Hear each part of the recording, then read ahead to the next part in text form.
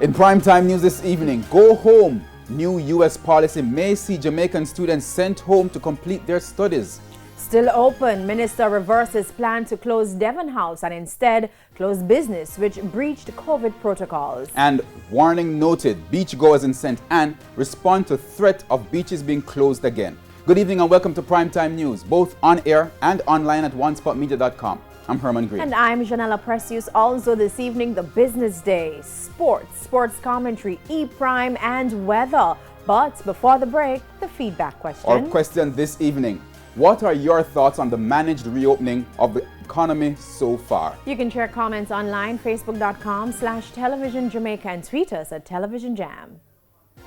Please stay with us. Primetime News returns right after this break.